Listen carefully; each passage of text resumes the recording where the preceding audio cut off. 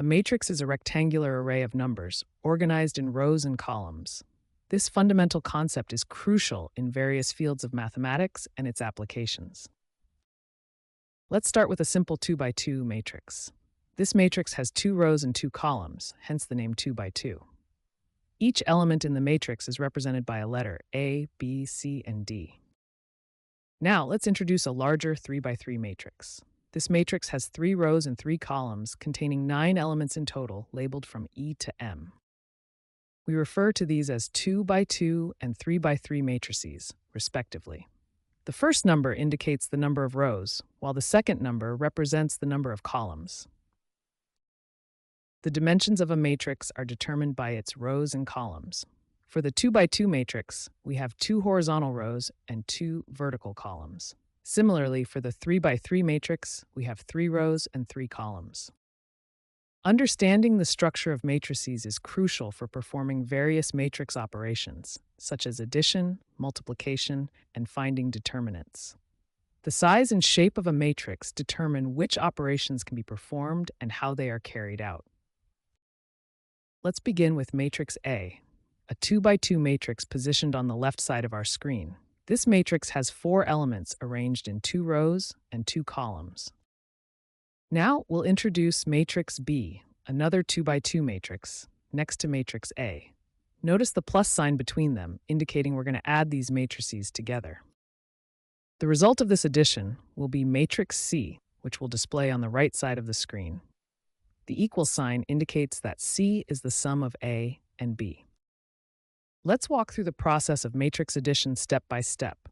We'll add the corresponding elements from matrix A and matrix B to get each element of matrix C. We highlight the corresponding elements in red from matrix A and blue from matrix B.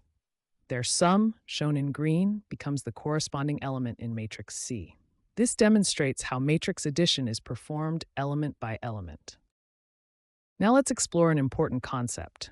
What happens when we attempt to add matrices with different dimensions? Here, we're attempting to add a 2 by 2 matrix to a 2 by 3 matrix. This operation is not valid in matrix addition, as indicated by the red X appearing on screen. The fundamental rule of matrix addition requires that the matrices have identical dimensions.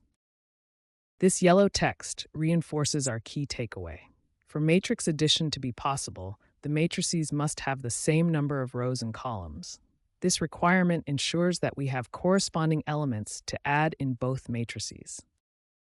As we've seen, matrix addition is a straightforward process when the dimensions match, but it's crucial to always check the dimensions before attempting to add matrices. Let's examine a 2 by 2 matrix A. This matrix has 2 rows and 2 columns, with elements 2, 3 in the first row and 1, 4 in the second row.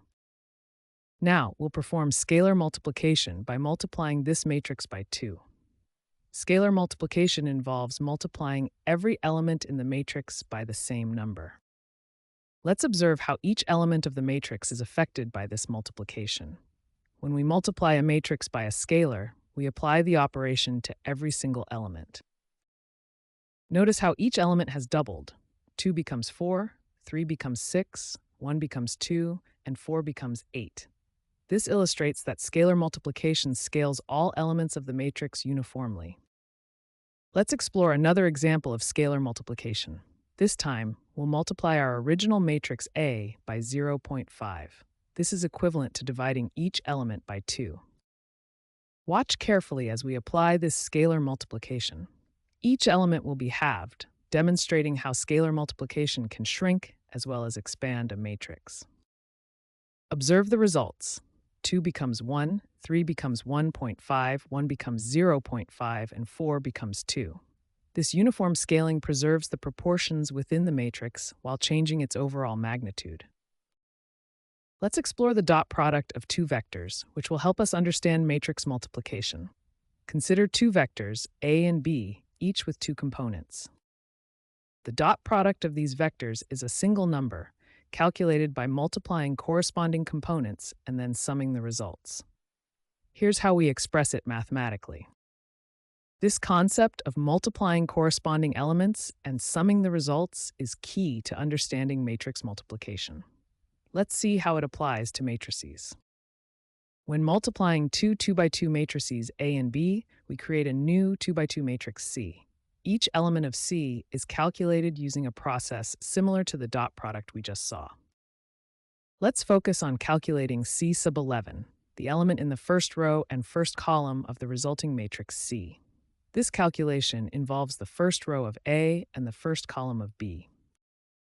Observe how the columns of matrix A align with the rows of matrix B in this calculation.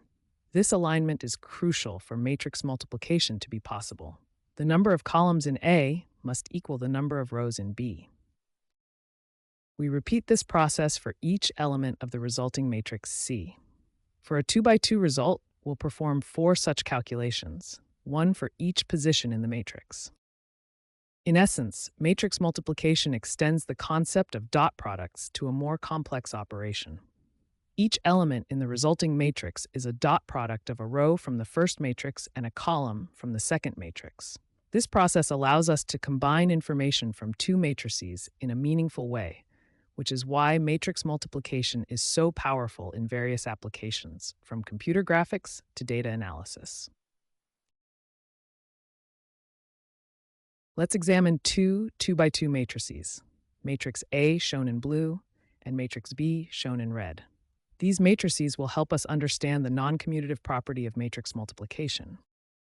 Now let's multiply matrix A by matrix B. Remember, when multiplying matrices, we multiply rows by columns. For each element in the resulting matrix, we'll multiply corresponding elements and sum them up. To calculate the top left element of A times B, we multiply 1 by 5 and add it to 2 times 7. For the top right element, we multiply 1 by 6 and add it to 2 times 8. We follow the same process for the bottom row. Let's simplify these calculations. In the top left, we get 5 plus 14. In the top right, 6 plus 16. Bottom left is 15 plus 28, and bottom right is 18 plus 32. Finally, we perform these additions to get our result. The product of A times B is a new 2 by 2 matrix, 1922 in the top row and 4350 in the bottom row. Now, let's reverse the order and multiply matrix B by matrix A.